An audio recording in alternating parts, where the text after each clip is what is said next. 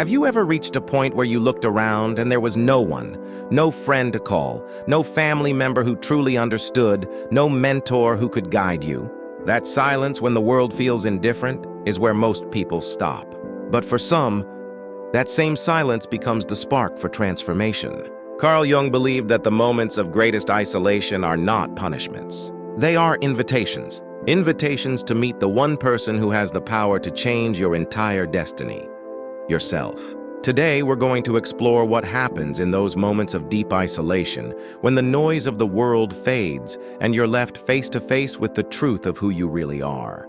We'll look at why solitude, though painful, can become the most transformative force in your life. How Jung's ideas on the shadow, self-realization, and inner authority can help you not just survive loneliness, but evolve through it. Because when you learn to move forward alone, you stop depending on the world to define your strength, you start creating it from within. Before we begin, make sure to subscribe to the Brain Booster channel. Now, let's get started. When you lose the presence of others, you are forced to confront the presence of yourself. It's not comfort, it's confrontation. Jung understood that solitude dismantles the false structures we build to survive socially.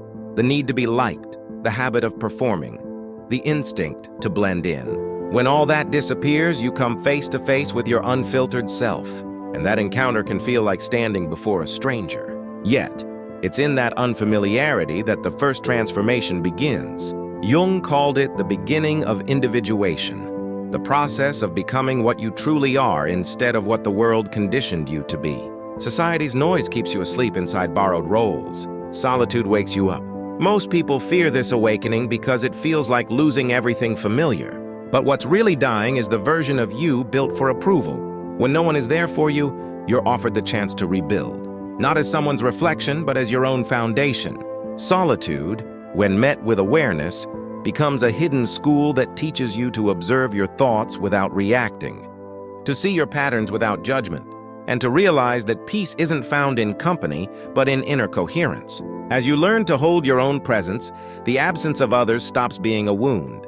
It becomes freedom. Left alone long enough, something stirs beneath the surface. Jung called it the shadow, the repressed part of our psyche that carries all we've denied: anger, envy, shame, power, and truth. Most people avoid it, disguising their discomfort with distraction, politeness, or ambition. But isolation removes the masks. There's nowhere left to hide. The more you resist the shadow, the louder it becomes.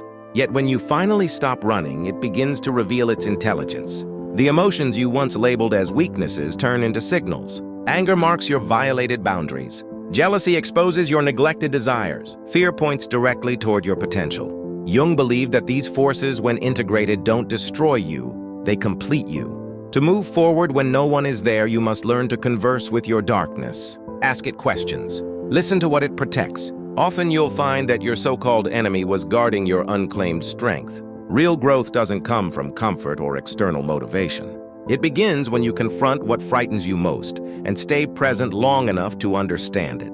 That is where genuine maturity is born. Once you face the shadow, solitude changes its texture. The silence that once felt oppressive begins to refine you. Jung believed that true authority, real grounded confidence, can only emerge from inner alignment. When no one is guiding you, each decision becomes an act of responsibility. And you start to see how much of your life was built on imitation. The way you spoke, dressed, believed. Without an audience, the performance ends and authenticity finally begins. This is the emergence of what Jung called the self, the center that unites the conscious and unconscious mind. It isn't about ego or arrogance, but about tuning into the deeper intelligence that's been whispering beneath the noise all along. Your intuition sharpens, your values clarify, your energy focuses. You stop chasing validation and begin to follow coherence. You act not to be seen, but because it feels right. That's inner authority. Quiet, steady, unshakable. You stop asking who will support me and realize I can support myself. The more you trust that compass, the less absence feels like loss, and the more it feels like space to grow. Before we go on, if this message is helping you see solitude in a new light, consider sharing this video with someone who might need that reminder too. And if you'd like to support this kind of reflective, in-depth content, you can click the thanks button below. Your support truly makes it possible for us to keep creating videos like this. Now let's continue. Pain is not chaos, it's communication. Jung believed that suffering is the psyche's signal for transformation. Every heartbreak, betrayal, and silence carries information about where your life must evolve. When you stop seeing pain as punishment, it begins to act as a compass, pointing you toward what you've neglected. Your creativity, your voice, your individuality. In moments of isolation, the ego collapses, but the self begins to rise. Pain is energy, raw, unprocessed, and powerful. If suppressed, it poisons you. If faced, it becomes fuel. The people who seem most centered are often those who walk through pain alone. They use their wounds as raw material for meaning, not as proof of victimhood. They didn't wait for rescue. They rebuilt themselves from the inside out. Jung wrote, "There is no coming to consciousness without pain.